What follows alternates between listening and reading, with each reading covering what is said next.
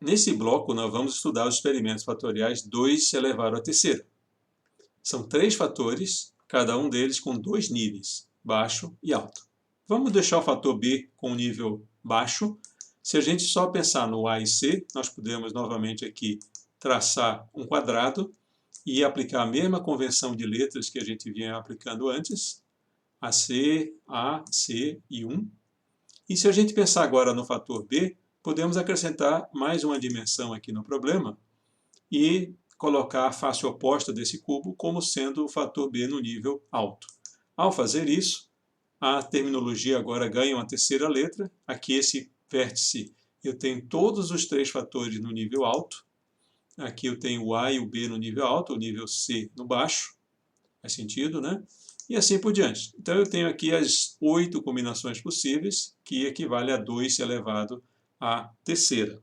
As letras ABC, AB, AC, BC, A, B, C e 1 representam a soma de todas as N réplicas, com as mesmas combinações de fatores, bem como a gente fez antes.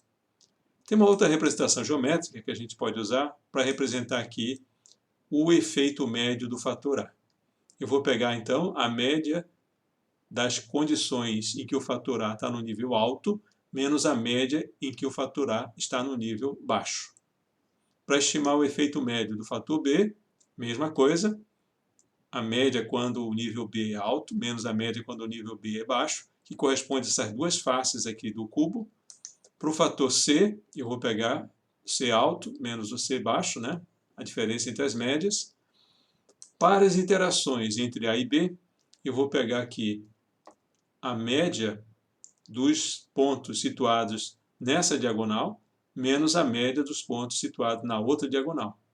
Para essa outra interação aqui, AC, vão ser essas diagonais. Para a interação BC, serão essas outras diagonais que estão aqui. E para a interação tripla, é um pouco mais difícil de desenhar. Na verdade, são 2 tetraedros que ficariam escritos aqui dentro. Esse aqui em azul, o nível alto, e esse aqui em vermelho, para o nível baixo. Traduzindo agora essas representações geométricas em expressões algébricas, a gente pode calcular, então, a estimativa do efeito do fator A. Vejam, todas as combinações em que o fator A tem um nível alto, menos aquelas que ele tem um nível baixo. Para o fator B, todas que o B é alto, menos todas que o B é baixo. Para o fator C, mesmo raciocínio. Esses termos que estão aqui dentro dos colchetes também são chamados aqui de contraste. Veja que eles são um pouco mais extensos do que no caso do experimento de 2 a 2, mas eles têm uma certa lógica de construção que a gente consegue reproduzir quando a gente segue as figuras geométricas do slide anterior. Mas continua ainda. Para as interações, interação AB, esse aqui é o contraste. Para a interação AC, esse aqui é o contraste. Para a interação BC. E, finalmente, para a interação tripla, ABC, esse aqui é a forma de calcular o contraste. Veja que são sempre as mesmas letras, o que muda são os sinais. Aqui nós estamos, nesse quadro, representando cada um desses contrastes. Para calcular o contraste do fator A, eu vou usar o sinal mais para todas as combinações em que o A está presente e o sinal menos para todas as combinações que ele está ausente. Para o B também, quando o B está presente, eu uso mais. Para o AB, para o C, para o AC, para o BC e o ABC. Essa tabela ela sintetiza as equações para os contrastes que a gente viu nos 2 slides anteriores. Esse slide a gente está generalizando para um experimento 2 elevado a k. Para calcular o efeito de um dos fatores ou de uma interação, eu vou pegar o contraste daquele fator ou da interação e dividir por n, que é o número de repetições, vezes 2 elevado a k menos 1. Para calcular a soma quadrática, a fórmula é o contraste elevado ao quadrado e no denominador eu tenho n multiplicado por 2 elevado a k. K é o número de fatores e n é o número de réplicas.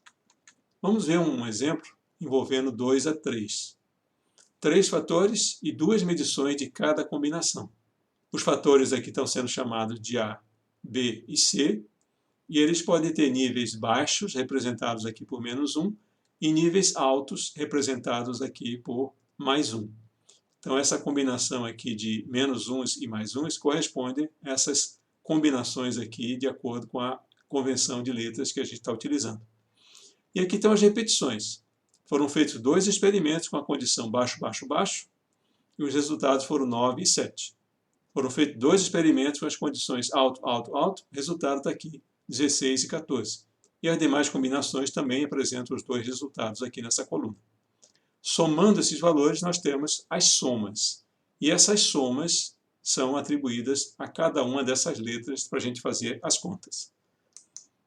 Para calcular os efeitos médios de cada um dos fatores, nós vamos usar os contrastes, que para o fator A deu 3,375, para o fator B, C, AB, AC, BC e ABC, resultaram nesses números que aqui estão. Vejam que os candidatos a ter maior influência nesse fenômeno são, sem dúvida, aqui o fator A, o fator B, 1,6, talvez, e o fator AB.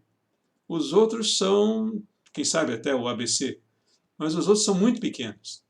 Então, se for verdade isso, se apenas esses 3 fatores forem significativos no fenômeno, é provável que a gente consiga explicar bem esse fenômeno com um modelo matemático que envolve apenas esses 3 fatores. Ou seja, a variável dependente é função de uma constante, de um termo que depende do fator A, um termo que depende do fator B e um termo que depende da interação entre A e B. Isso, por enquanto, é uma suposição que a gente pode verificar. Aqui, então, foram calculadas as somas quadráticas de cada um desses termos. Então, aqui, o número de grau de liberdade, a soma quadrática total, resultou em 92, e a soma quadrática do erro está aqui. E aqui nós estamos, então, calculando as médias quadráticas, e, finalmente, nessa coluna, calculando o valor do f, dividindo a média quadrática pela média quadrática do erro de cada um desses fatores. E chegamos nesses números aqui. 18,69 como o maior, e quando a gente calcula o fator P, nós estamos vendo que, se nós usarmos o nível de significância 0,05, apenas o fator A apresenta um fator P abaixo do nível de significância. Todos os demais apresentam níveis mais elevados. Consequentemente, apenas o fator A tem uma influência significativa sobre este fenômeno.